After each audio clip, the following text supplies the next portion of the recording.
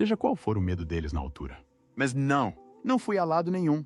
A minha mãe, o meu pai, nunca tiveram nada que se pudesse chamar religião. Percebe? Johnny Depp apareceu num evento em Hollywood na semana passada e ninguém o reconheceu. O homem que interpretou Jack Sparrow durante 20 anos parecia completamente diferente. De 104 quilos para 59 quilos, tinha perdido quase metade do seu peso corporal. E não foi por causa de uma boa dieta ou exercício. Fontes de Hollywood estão a sussurrar sobre o que realmente aconteceu durante aqueles meses desaparecidos. Alguns dizem que lhe salvou a vida, outros temem que o esteja a destruir.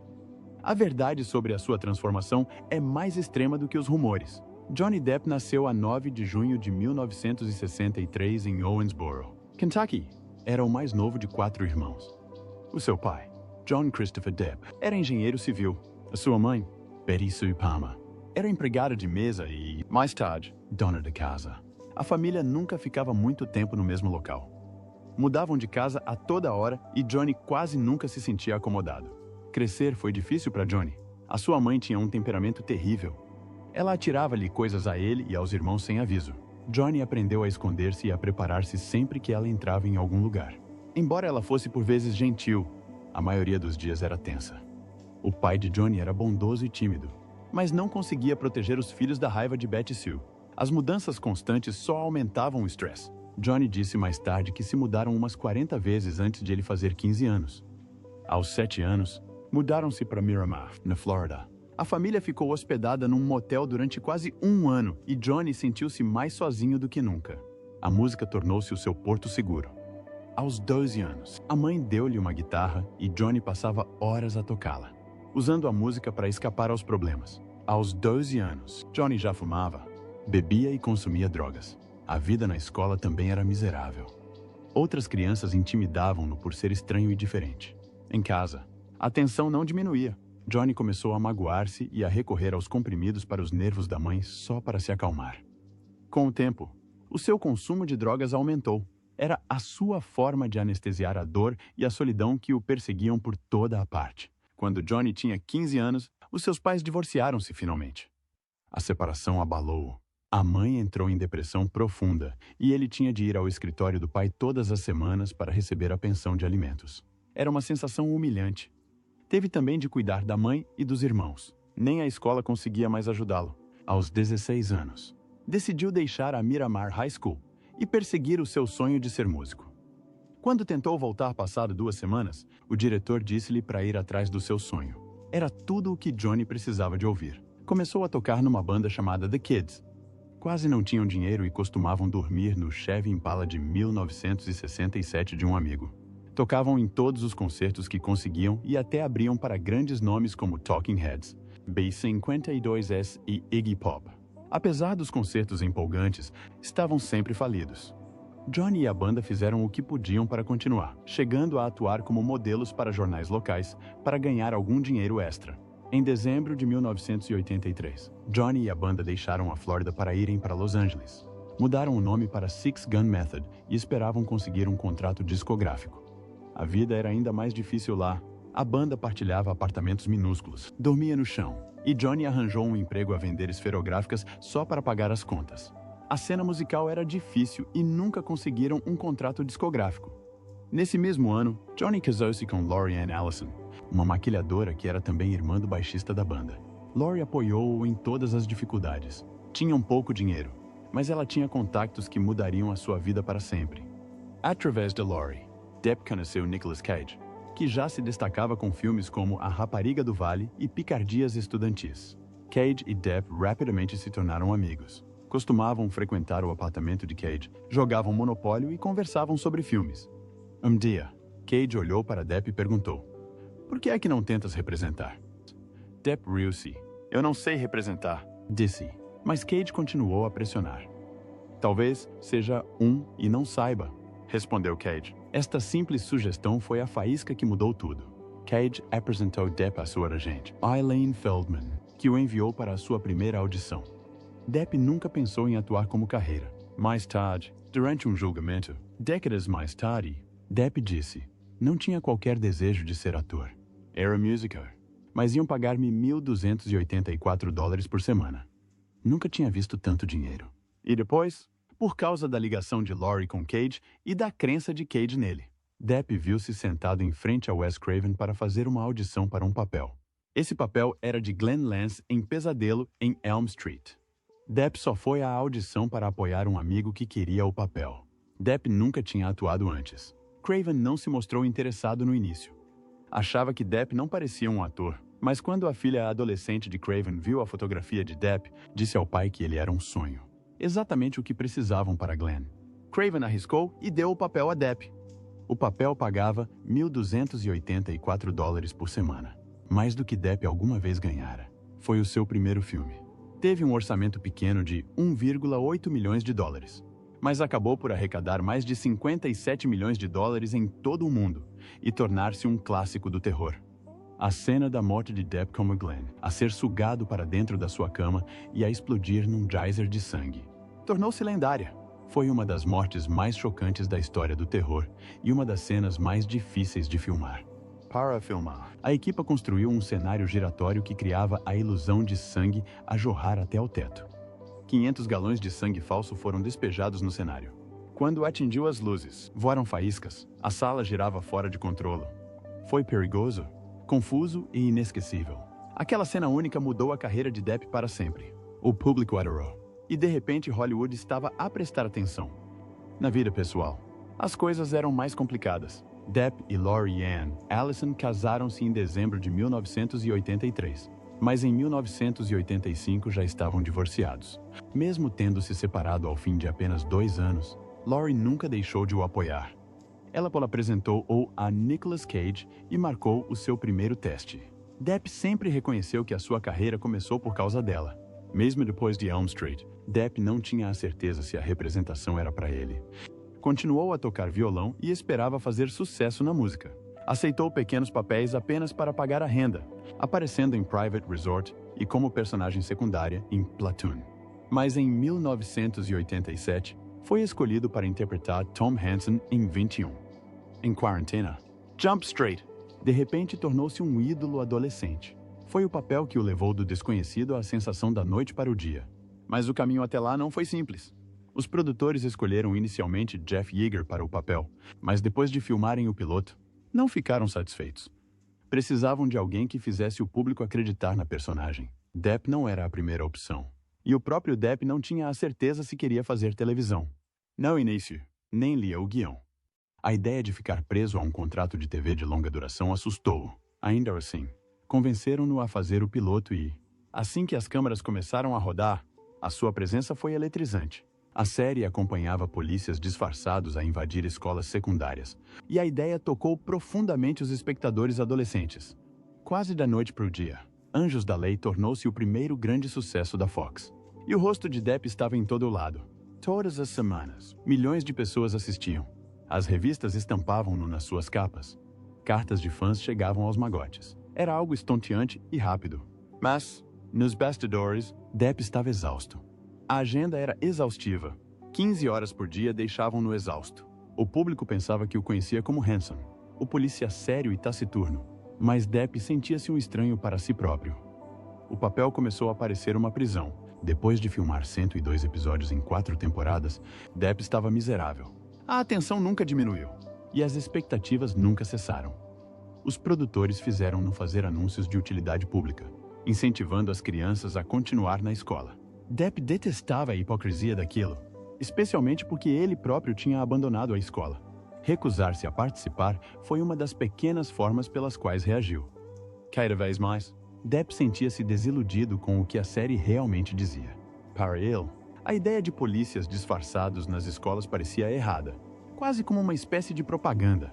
Além disso, muitos argumentos abordavam temas sérios como o racismo e a violência de formas superficiais, algo que Depp não conseguia tolerar. Começou a recusar-se a fazer episódios que conflituassem com as suas crenças, recusando $45 mil por episódio, uma fortuna na época, porque a sua consciência lhe dizia que não poderia participar. À medida que a sua frustração aumentava, Depp começou a rebelar-se no set. Inventava falas ou sugeria enredos ridículos só para tornar o trabalho menos aborrecido. Fora do ecrã, a sua vida pessoal também sofreu. A sua relação com a atriz Sherilyn Fenn desmoronou. e ele sentiu-se mais preso do que nunca. No final do contrato, já falava sem rodeios. Numa entrevista, disse ao Los Angeles Times que nunca mais faria TV. Nunca, disse. Prefiro abastecer. Não há dinheiro suficiente em Los Angeles.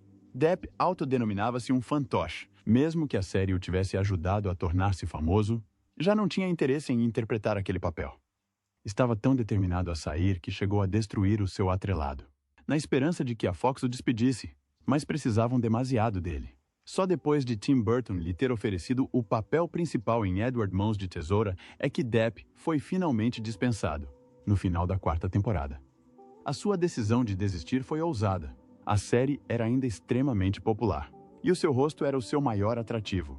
Abandonar este tipo de sucesso era arriscado. Mas Depp sentiu que era a única forma de se salvar. E foi a decisão certa.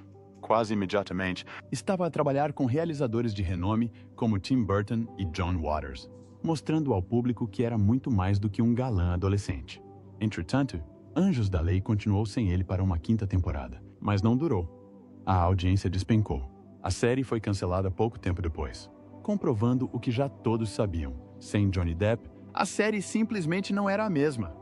Quando Edward Mãos de Tesoura estreou a 14 de dezembro de 1990, era mais do que um simples filme. Era o início de uma das parcerias mais famosas de Hollywood. Tim Burton tinha acabado de fazer Batman em 1989 e estava no auge da sua carreira. Mas este novo filme era diferente. Era pessoal. Estranho e cheio de emoção, Burton sentiu uma ligação instantânea com Johnny Depp, mais conhecido pela série televisiva Anjos da Lei. Burton diria mais tarde que Depp era como ele, alguém que cresceu a sentir-se um estranho. Depp estava cansado de interpretar um ídolo adolescente. O papel de Edward Mãos de Tesoura era exatamente o que ele queria. Edward era gentil e tímido, com tesouras no lugar das mãos. Depp superou grandes nomes como Tom Hanks, Tom Cruise e até Michael Jackson para o papel. O guião era lindo, disse Depp. O personagem era lindo. O Eduardo era eu. A história tinha um significado profundo e pessoal para ele. Burton escreveu Edward Mãos de Tesoura como uma espécie de conto de fadas sombrio. A história foi inspirada na sua própria infância no subúrbio de Burbank. Caroline Thompson escreveu o argumento e Danny Elfman criou a música espantosa. O filme custou $20 milhões a ser feito e arrecadou mais de 4 vezes esse valor. Ganhou um BAFTA de melhor design de produção e foi nomeado para os Oscars e para os Saturn Awards. Depp recebeu a sua primeira nomeação para os Globos de Ouro, e as pessoas começaram a vê-lo como um ator sério. O papel mudou tudo. Mesmo assim, Depp estava assustado durante as filmagens. Sentia-se nervoso, como se pudesse ser despedido a qualquer momento. Burton ensaiava com todos, menos com ele, e Depp achava que isso significava que estava a fazer um mau trabalho. As pesadas mãos de tesoura tornavam cada movimento estranho. E Edward mal falava. Pelo que Depp teve de usar o rosto e o corpo para contar a história. Depp estava cheio de dúvidas sobre si próprio. Eu realmente duvidava das minhas próprias capacidades, disse mais tarde. Mas Edward Mãos de Tesoura provou que era mais do que um rosto bonito. A sua prestação gentil e tranquila demonstrou uma profundidade nunca antes vista. Hollywood notou. Os críticos classificaram o seu trabalho como subtil e poderoso. O público adorou o romance peculiar, a sátira dos subúrbios e a beleza triste da personagem. Este sucesso foi apenas o início. Em 1994, Depp e Burton voltaram a juntar-se em Ed Wood, uma homenagem a preto e branco a um cineasta terrível que adorava fazer cinema.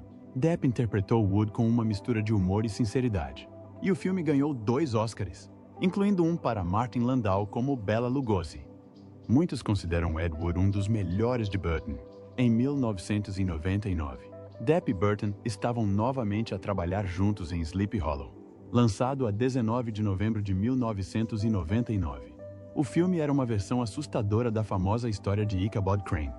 Depp interpretou Crane como um detetive nervoso, mas inteligente. O filme arrecadou $207 milhões e ganhou um Oscar pelos seus cenários assustadores. Depp foi elogiado pela sua mistura de comédia e medo, mostrando mais uma vez que gostava de correr riscos. Quando Piratas das Caraíbas, A Maldição do Pérola Negra, estreou nos cinemas em julho de 2003, ninguém sabia o que estava para vir. A Disney tinha assumido um grande risco. O gênero pirata era considerado morto. O último grande filme de piratas, A Ilha da Garganta Cortada, de 1995. Falhou tanto que a maioria das pessoas esperava que este também falhasse. Mas o que aconteceu a seguir apanhou todos de surpresa. No fim de semana de estreia, A Maldição do Pérola Negra arrecadou 46,6 milhões de dólares nos QC, quebrando os recordes de bilheteira da Disney em julho. Em todo o mundo, arrecadou 654 milhões de dólares, tornando-se a quarta maior bilheteira de 2003.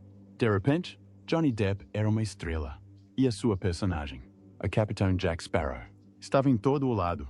Jack Sparrow era diferente. A maioria dos piratas nos ecrãs antes dele eram malvados ou heróicos. Sparrow era imprevisível, charmoso, bêbado e, muitas vezes, muito divertido. Os responsáveis da Disney estavam preocupados com as escolhas estranhas de Depp. Achavam que a sua fala e os seus estranhos trejeitos iriam arruinar o filme. Mas o público adorava-o. Os críticos também. Depp chegou a ser nomeado para o Oscar de melhor ator. Isto era inédito para um filme de aventura de verão. As pessoas vestiram-se de Jack Sparrow no Halloween. Citaram as suas falas engraçadas. A Disney fez mais filmes. No total, os 5 filmes Piratas das Caraíbas arrecadaram mais de 4,5 mil milhões de dólares. Depp passou de um respeitado ator de apoio a um dos atores mais famosos e bem pagos do mundo. Em 2012, o Guinness World Records listou-o como o ator mais bem pago do mundo. Jack Sparrow tinha mudado tudo para ele. O que tornou a personagem tão especial foi a inspiração peculiar de Depp. Inspirou-se em Keith Richards, guitarrista das Rolling Stones, para a atitude de estrela de rock de Sparrow. Depp achava que os piratas eram como as estrelas de rock, selvagens e rebeldes. Depp até convenceu Richards a interpretar o pai de Jack Sparrow nas sequelas. Depois, acrescentou outra influência surpreendente. Inspirou-se em Pepe Le Pew, o gambá dos desenhos animados que se considerava um grande conquistador. É por isso que Sparrow anda e fala como alguém que se acha a pessoa mais encantadora da sala, mesmo quando não o é.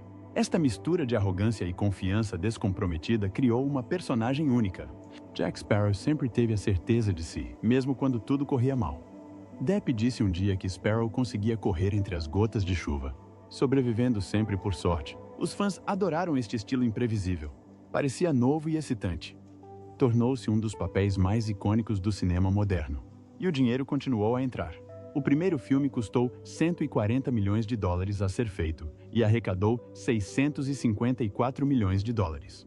O segundo, O Baú da Morte, de 2006, teve um orçamento de 225 milhões de dólares e arrecadou mais de 1,07 mil milhões de dólares, o valor mais elevado entre todos os filmes desse ano. Mesmo o filme de menor sucesso da série, Homens Mortos, Não Contam Histórias, de 2017, arrecadou 794 milhões de dólares em todo o mundo. O custo total para produzir os 5 filmes foi de cerca de 1,27 mil milhões de dólares. Mas a receita de bilheteira total foi de 4,5 mil milhões de dólares. Isto é um valor enorme para qualquer padrão. Os ganhos de Depp também continuaram a aumentar. No primeiro filme, arrecadou 10 milhões de dólares. No quinto, estava a ganhar 90 milhões de dólares por filme. Em todos os 5 filmes, arrecadou cerca de 265 milhões de dólares. Até o próprio Depp brincou dizendo que provavelmente recebeu um salário demasiado alto. A Disney também fez fortuna com brinquedos, videojogos, atrações de parques temáticos e muito mais. Ao mesmo tempo que Depp fazia estes filmes, também trabalhava com Tim Burton. Já tinham construído uma longa parceria criativa. Em 2005, realizaram A Fantástica Fábrica de Chocolate, que arrecadou 474 milhões de dólares em todo o mundo. O estranho e misterioso Willy Wonka de Depp foi um sucesso de público. Depois veio Alice no País das Maravilhas em 2010. Este filme arrecadou mais de 1.000 milhões de dólares em todo o mundo. Depp estava em todo o lado ao mesmo tempo, em mundos de fantasia e em alto mar. E as pessoas continuavam a ir vê-lo. Também assumiu papéis mais sérios que lhe valeram prêmios. Em 2004, foi nomeado para um Oscar por interpretar o gentil dramaturgo Jó Barry Em Busca da Terra do Nunca. Em 2008, recebeu outra nomeação para os Oscars por interpretar o barbeiro sombrio e vingativo em Sweeney Todd, o barbeiro demoníaco da Fleet Street. Depp conseguia transitar entre grandes blockbusters e dramas sérios como poucos atores. No final deste período, Depp tinha realizado algo raro em Hollywood. Fazia filmes que arrecadavam enormes quantias de dinheiro e também conquistavam o respeito da crítica. De 2003 a 2010, foi nomeado para 3 Oscars de melhor ator, um por Jack Sparrow, um por Barry e um por Sweeney Todd. Foi surpreendente ver alguém com tanto sucesso de bilheteira também ser um favorito durante a temporada de prêmios. O romance de Johnny Depp e Amber Heard nunca foi simples. Conheceram-se em 2009, nas filmagens de Diário de um Jornalista Bêbado, e começaram a namorar por volta do final de 2011. Depp, que nasceu a 9 de junho de 1963, era 22 anos mais velho do que Heard. Apesar dos seus mundos diferentes, moveram-se rapidamente. Ficaram noivos em janeiro de 2014 e casaram-se a 3 de fevereiro de 2015. Numa pequena cerimônia civil na casa de Depp, em Los Angeles, poucos dias depois, celebraram na ilha privada de Depp, nas Bahamas. Os hóspedes desfrutaram de snorkeling, festas na praia e refeições gourmet. À primeira vista, tudo parecia perfeito. Mas, nos bastidores, a tensão já era grande. Depp tinha acabado de terminar uma relação de longa data com Vanessa Paradis, mãe dos seus 2 filhos. Heard era uma estrela em ascensão. Algumas pessoas achavam que estavam a precipitar-se num compromisso sério. Esta tensão logo se tornou pública. Passados apenas 15 meses, Heard pediu o divórcio a 23 de maio de 2016, alegando diferenças irreconciliáveis. A comunicação social entrou em frenesi. Heard pediu $50 mil por mês de pensão alimentícia. O tribunal negou, e o divórcio foi finalizado em janeiro de 2017. Depp concordou em pagar-lhe $7 milhões, que ela prometeu doar a instituições de caridade. Relatórios posteriores mostraram que menos de metade desse dinheiro chegou às instituições de solidariedade. Heard também conseguiu uma ordem de restrição, acusou Depp de abuso físico, publicando fotos suas com hematomas. Os policiais que assistiram ao incidente negaram ter visto provas de crime. E a equipe de Depp considerou as acusações falsas. Mesmo assim, o mal já estava feito. As alegações explodiram nas manchetes e geraram um debate aceso. O interesse público pela luta continuou. Heard falou sobre alegados padrões de abuso. Depp negou tudo e reagiu em tribunal. Até a sua ex-terapeuta, a Draw, Laurel Anderson, descreveu as suas quesilhas como abuso mútuo. O que parecia um casamento glamuroso de Hollywood tinha se transformado numa das suas brigas mais públicas e tóxicas. Depp lutava contra as drogas e o álcool há muito tempo. Mesmo antes da sua passagem por Heard, chegava frequentemente atrasado ao set e era acusado de comportamento imprevisível. Os rumores de consumo excessivo de álcool e comprimidos perseguiram-no, especialmente após o término do relacionamento. Depp admitiu ter lutado contra substâncias como as benzodiazepinas e os opioides. Amigos e colegas de trabalho descreveram um homem instável. A sua carreira sofreu um baque quando os estúdios ficaram preocupados com seus problemas pessoais. Em dezembro de 2018, Heard escreveu um artigo de opinião no The Washington Post. Ela nunca mencionou o nome de Depp, mas todos sabiam a quem se referia. Autodenominava-se uma figura pública que tinha sobrevivido a abusos, quase da noite para o dia. Depp tornou-se um pária em Hollywood. A Disney despediu-o de Piratas das Caraíbas, embora a franquia tivesse arrecadado mais de 4,5 mil milhões de dólares em todo o mundo e lhe tivesse rendido mais de 300 milhões de dólares. Depp soube da sua demissão pela imprensa, não pela própria Disney. Perdeu também o papel de Grindelwald na série Monstros Fantásticos da Warner Brothers. O estúdio pediu-lhe que se demitisse depois de ter perdido um processo por difamação contra o The Sun no Reino Unido em 2020. Mesmo tendo filmado apenas uma cena para o terceiro filme, ainda recebeu o seu salário integral de 8 dígitos. Mas o prejuízo foi muito pior do que o dinheiro. Depp foi empurrado ainda mais para as margens de Hollywood. Em 2019, Depp reagiu. Processou Heard em $50 milhões nos Estados Unidos por difamação, alegando que o artigo de opinião dela tinha arruinado a sua carreira. Heard respondeu com a sua própria reconvenção de $100 milhões. O julgamento ocorreu em abril de 2022 e tornou-se um dos julgamentos de celebridades mais vistos da história. Câmeras transmitiam a cada segundo e milhões acompanhavam nas redes sociais. Cada detalhe do seu relacionamento tóxico foi exposto, desde discussões de bêbados a fotos chocantes. A 1 de junho de 2022, após 6 semanas de depoimentos, o júri decidiu maioritariamente a favor de Depp. Decidiram que Heard havia mentido concederam a Depp 10 milhões de dólares em danos compensatórios e 5 milhões de dólares em danos punitivos, valor reduzido para 350 mil dólares pela lei estadual. Heard recebeu ainda 2 milhões de dólares por uma das suas reivindicações. Depp celebrou a sua vitória como prova de que estava a dizer a verdade. Entre 2023 e 2024, Johnny Depp mudou a sua vida de uma forma que ninguém esperava. Em apenas um ano, perdeu 45 quilos. Passou de 104 quilos para 59 quilos. Isso chocou todos os que o seguiram. Mas não se tratava apenas de uma dieta rápida. Era um estilo de vida totalmente novo. Depp passou a ter uma alimentação mais saudável e concentrou-se em alimentos saudáveis. Comia alimentos integrais, como legumes, frutas, proteínas magras e gorduras saudáveis. Também eliminou açúcar processado e junk food. Nutricionistas e chefes trabalhavam com ele todos os dias. Asseguravam que cada refeição o mantivesse forte e satisfeito. E isso era apenas parte do problema. Depp também fazia exercício todos os dias. Korea fazia musculação e praticava yoga. Os treinos fizeram-no sentir-se forte novamente. Mas o que realmente o mudou foi a forma como cuidava da sua saúde mental. Depp passou por anos de estresse e batalhas públicas. Durante este período, encontrou a meditação e a terapia. Conversar com alguém e reservar tempo para si próprio manteve-o com os pés no chão. Depp disse mais tarde que isso lhe salvou a vida. Em 2024, tinha outra surpresa para todos. Para um novo filme chamado Day Drinker, Depp mudou completamente o seu estilo. Pintou o cabelo de prata e deixou crescer uma barba grisalha. Depois, acrescentou lentes de contato azul gelo. O visual era tão diferente que os fãs tiveram de olhar 2 vezes. Até quem o acompanhava há anos pensou que estava a olhar para outra pessoa. Este visual de raposa prateada combinava perfeitamente com a personagem. Foi corajoso e ousado. Depp trabalhou com estilistas de renome para criar este look. Cada detalhe foi planeado. Os críticos consideraram a mudança assustadora e hipnótica. No set, as pessoas sussurravam sobre o quão sério ele estava em relação ao papel.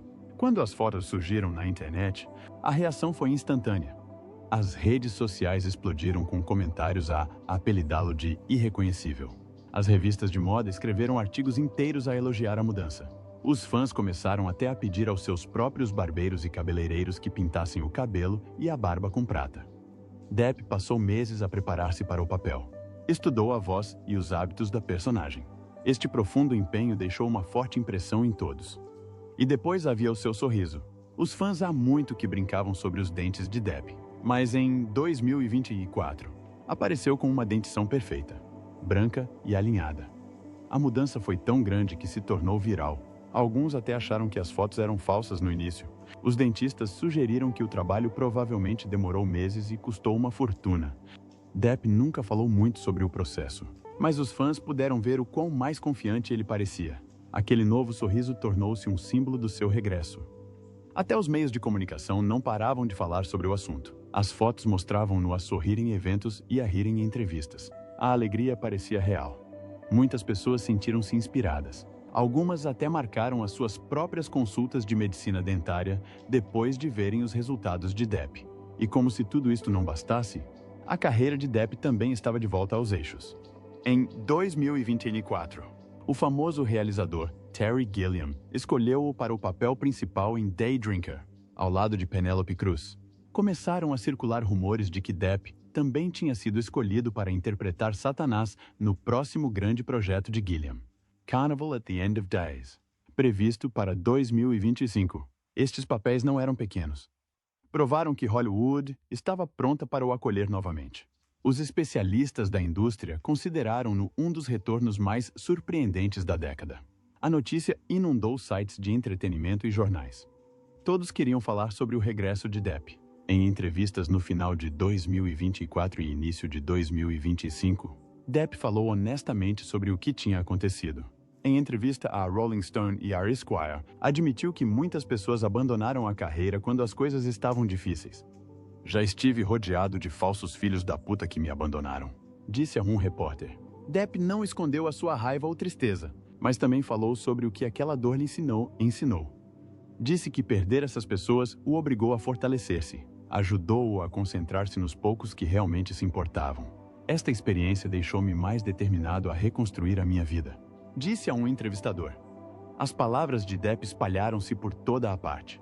As pessoas citavam no online. Voltava sempre a uma ideia: a resiliência.